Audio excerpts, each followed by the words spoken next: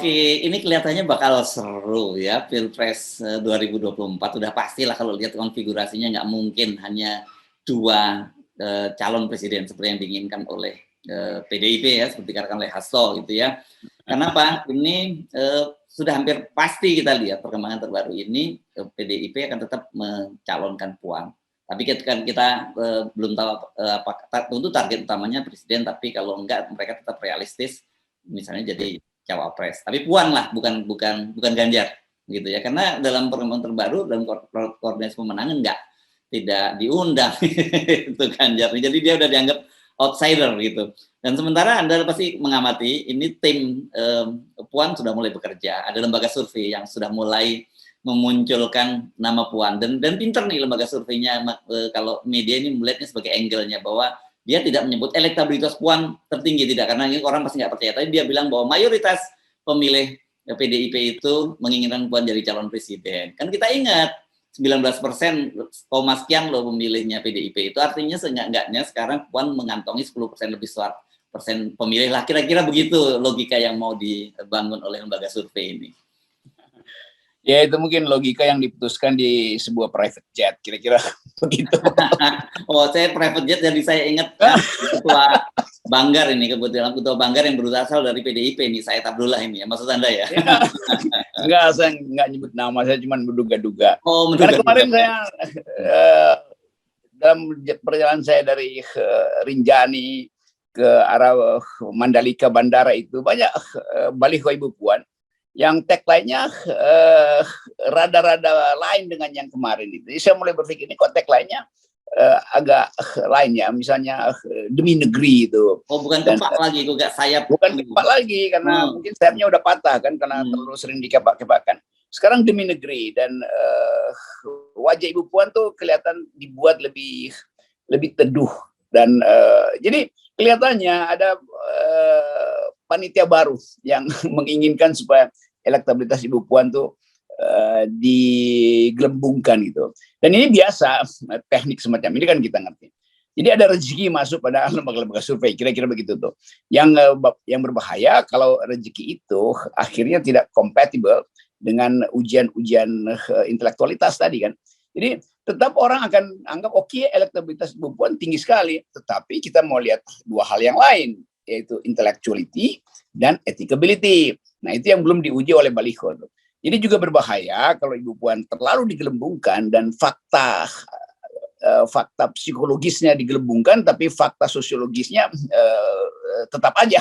Jadi itu intinya. Akan jadi aneh nanti kalau lembaga-lembaga survei ini datang rame-rame lalu bikin orkestrasi bahwa elektabilitas Puan itu naik secara eksponensial, itu justru berbahaya nanti. Jadi kita beri nasihat aja pada PDIP supaya hati-hati dengan penampilan Ibu Puan yang hendak ditonjolkan hanya melalui lembaga survei, itu bahayanya. Ya. Nah, mari kita menganggap ini sebagai, kita bisa membaca ini ada indikator politiknya, indikasi adanya politik. Dan saya tadi menyebut udah hampir pasti nggak mungkin dua calon kalau begini. Kenapa? Karena ada jelas satu kubu Puan, kita belum tahu dia dengan siapa gitu. Di samping itu satu sisi lagi ada kubu KIP yang sudah berhasil disandra oleh Pak Jokowi gitu. Dan ini kan masih tanya-tanya apakah nanti akan pada akhirnya diserahkan pada Ganjar atau digunakan oleh Pak Jokowi untuk sebagai calon wakil presiden. Ini juga kita belum tahu. Dan di kubu lain tentu saja ada yang sedang terus bergerak, itu PKS, Demokrat, dan juga satu lagi saya tiba-tiba lupa, PKS, Nasdem gitu. Jadi kita udah punya 3 nih calon seenggaknya dari sini saja ya. Tapi itu kan udah terbagi 3, 6 masih dan kemudian masih ada kubu lagi Prabowo dengan Muhaimin Iskandar. Ya. Nah, ini jadi artinya minimal setidaknya ada 3 atau sampai 4 calon presiden gitu yang sekarang yang terjadi. Jadi skenario untuk memaksakan hanya 2 calon ini semakin berat gitu. Itu skenario konyol, karena secara terbuka mengatakan hanya 2 calon dan itu ideal, itu ngapain? Kalau di ujungnya baru dikasih pembenaran, boleh lah. Ini PDIP seringkali, bukan kadangkala, seringkali gagal untuk membaca atau membuat taktik politik gitu, karena langsung gerasa gerusu. Padahal Pak Jokowi udah bilang jangan ojo ke susu. Jadi gerasa gerusu harus Puan dan seseorang yang lain. Kan itu lain kalau dibilang harus Puan dengan siapa, itu lebih masuk akal. Tapi Hasto langsung di dalam latar psikologinya harus Puan dan yang lain. Yang lain siapa? Yang lain pasti kotak kosong. Yang lain pasti seseorang yang hanya dijadikan semacam boneka. Demikian juga Pak Jokowi, pikirannya begitu tuh. Dua calon yang pasti udah Ganjar lewat KIB, dan itu terbaca oleh Ibu Mega, maka diacak-acaklah KIB itu tuh. Soeharto Monoharpa hilang dari radar itu tuh, kacau lagi di situ tuh. Jadi sekali lagi kita sebetulnya nikmati, dan kita nikmati kedunguan dari mereka yang membuat taktik itu kan. Kita cuma menikmati kedunguan aja tuh. FNN saya selalu senang kalau ada hal-hal begitu, dan kita tahu lah ujungnya, kita tahu kok apa intinya nanti kan. Nggak perlu tanya Bjorka untuk memberitahu ujungnya tuh. Tapi kan kalau kalkulasi politiknya memang yang paling logis kalau mau tetap Puan yang jadi presiden itu kan memang dua calon dong, Bung Rocky. Kalau sampai banyak calon, hampir dipastikan peluang Puan itu lebih sangat tipis. Tapi kalau dua calon kan bisa dicari calon yang elektabilitasnya jauh di bawah Puan. Ya itu kalau Puan itu udah lewati yang disebut magic numbers 35% misalnya, jangan 40 deh, itu masih jauh. Kalau Puan udah 35%, maka Hasto atau Ibu Mega bilang oke, yang ideal memang cuma 2 calon. Itu udah langsung masuk akal tuh. Tapi kalau Ibu Puan itu masih merangkak dan harus di backup dengan perang udara, itu agak ajaib gitu. Jadi buat apa itu diucapkan? Dan fakta itu juga Pak Prabowo langsung pasang kuda-kuda, ya kalau begitu saya mau disingkirkan dong tuh.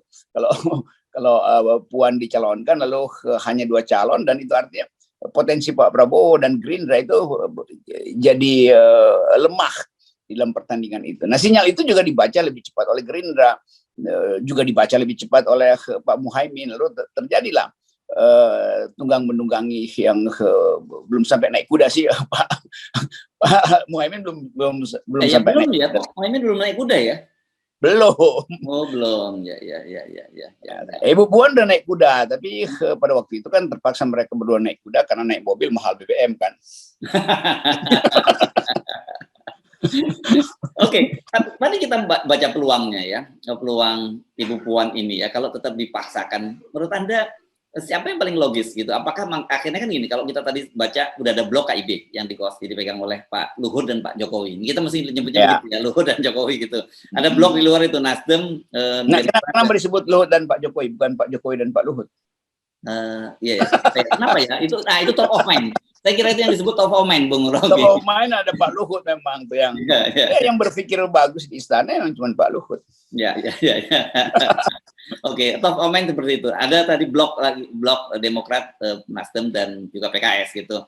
Kan rasanya nggak logis. Kalau toh memang benar kan gini, memang secara aturan PDIP bisa mengajukan usul sendiri, walaupun suara dia cuma 19,3% kalau tidak salah suara populernya, tetapi kan kursi dia itu 100% kursi itu memenuhi syarat untuk 20% kursi. Tapi saya kira nggak logis kalau kemudian PDIP jalan sendiri. Apakah kemudian akhirnya terjadi CLBK menurut Anda dengan Prabowo? Ya, itu soalnya tuh. Kalau Ibu Puan dipromosikan tinggi melewati Prabowo, itu artinya Prabowo akan jadi wakil presiden kan. Bagi Pak Prabowo itu nggak masuk akal. Kan itu intinya kan. Jadi kesulitan PDIP adalah bermain dalam statistik yang orang tahu itu pemalsuannya bisa justru menjebakkan PDIP. Kalau misalnya Ibu Puan tiba-tiba udah 40%, siapa yang mau jadi wakilnya Ibu Puan? Nggak ada yang mau, karena semua tahu itu pasti justru jeblok nanti di dalam persaingan putaran kedua misalnya. Itu soal-soal standar itu. Karena reputasi Ibu Puan tidak dinilai berdasarkan kapasitas kepemimpinan, berdasarkan bahkan kapasitas intelektual itu. Ini bukan kita rendahkan, tapi parameternya kan jelas di situ kan. Dalam perdebatan politik, dalam penampilan publik kita lihat tuh. Jadi kalau Ibu Puan itu naik elektabilitasnya, itu pasti didorong oleh survei yang sebetulnya tidak real, itu soalnya. Nah, orang seperti Pak Prabowo tahu bahwa itu tidak real. Orang seperti Demokrat juga tahu bahwa itu tidak real. Bahkan Muhaimin pasti bilang itu nggak real lah. Masa tiba-tiba melompat jadi bahkan masuk ke 2 digit itu agak aneh nanti kan. Jadi tetap PDIP itu ada kesulitan kader dari awal. Itu yang udah kita peringatkan dari awal. Kita justru bantu dulu. Saya jadi pengajar di sekolah kader PDIP Megawati Institute untuk mengingatkan itu. Ada kaderisasi harus lebih cepat gitu. Jangan kader-kader PDIP disuruh berkumpul di Banggar hanya untuk mengintai anggaran. Lakukan kaderisasi, tampil sebagai pemimpin. Nah, pemimpin itu menurut Bung Karno itu turun ke bawah, bukan petatang di baliho, kan itu intinya.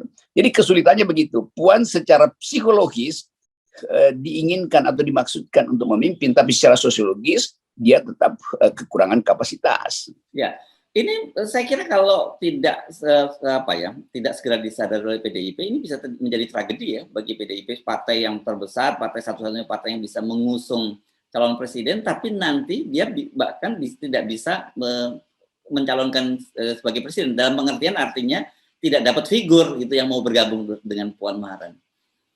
Iya kan, sebetulnya PDIP nggak pernah jadi presiden kan, dan pengertian dipilih kan Ibu Mega tidak dipilih itu karena ada kecelakaan sejarah, Ibu Mega tampil tuh. Jadi kalau PDIP klaim bahwa mereka pernah punya presiden, oh iya, tapi presiden yang hasil dari kecelakaan politik karena Gus Dur mundur. Walaupun secara formal iya Ibu Mega tetap presiden, tetapi basis politik PDIP tidak pernah merasa tuntas. Lain kalau orang tiba-tiba dipilih gitu, oh itu kan basis sosial politiknya kuat dan kebanggaannya timbul. Nah sekarang mau diulangi itu justru dengan kader yang jauh di atas Ibu Mega. Ibu Puan dengan segala maaf jauh di atas kapasitas Ibu Mega. Jadi kalau paling bagus Ibu Mega aja mencalonkan diri lagi kan Ibu Mega baru 1 periode, itu mungkin lebih kuat itu. Nah itu juga yang menyebabkan orang-orang Demokrat mencurigai ini ada apa, kenapa ada jegal-menjegal. Dan tentu Pak SBY punya sebagai 2 periode presiden, dia punya tangan-tangan di istana juga yang tahu tentang info politik, intelijen. Kan nggak mungkin Pak SBY asal ngomong tanpa ada kapasitas sebagai politisi ulung, itu intinya. Walaupun memang ada kritik kecil bahwa Pak SBY seringkali pakai metode yang sama, mengeluh pada rakyat bahwa ini ada yang mau jegal, iya itu kita hafal lah itu, dan orang tahu ya itu teknik Pak SBY memang begitu, dan seringkali juga efektif mungkin teknis itu. Jadi kira-kira begitu. Orang bilang, wah kok mulai lagi Pak SBY itu pakai model yang sama. Ya Pak SBY bilang, ya dia bilang kenapa kalau saya pakai model itu? Kan itu yang juga siasat politik kan. Ya udahlah. Jangan diinget-inget lagi dong, dibongkar-bongkar lagi, orang sudah mulai lupa itu. Enggak, kita mesti jujur. Dan saya kan berteman baik dengan Pak SBY. Kadang-kadang juga saya ingatkan itu, tapi dia cuma senyum-senyum aja tuh. Nah, jadi ya biasa aja lah. Pak SBY kan orang yang sangat realistis dalam politik, tapi sangat tajam secara konseptual. Ya, minggu depan saya pasti diundang untuk membahas buku baru lagi dari Pak SBY. Oke, tapi gini juga ya, kalau kita bahas tadi kita nyebut soal KIP, ada Golkar, ada PD, ada PAN, ada P3 di situ. Saya kira ini sebenarnya juga belum final ya, karena mereka ini memang para ketua-ketuanya disandra memang oleh Pak Jokowi. Tapi seiring waktu ketika terjadi kemudian terjadi huru-hara, terjadi perpecahan politik, di mana kemudian kekuasaan Pak Jokowi melemah, ini mereka juga masing-masing akan bubar jalan dan mencari jalan sendiri-sendiri ya. Jangan doakan melemah lah. Indikatornya kan sudah jelas gitu kan. Iya, ini ya doa politik begitu sih. Emang kan juga bukan doa, ini bacaan politik biasa kan.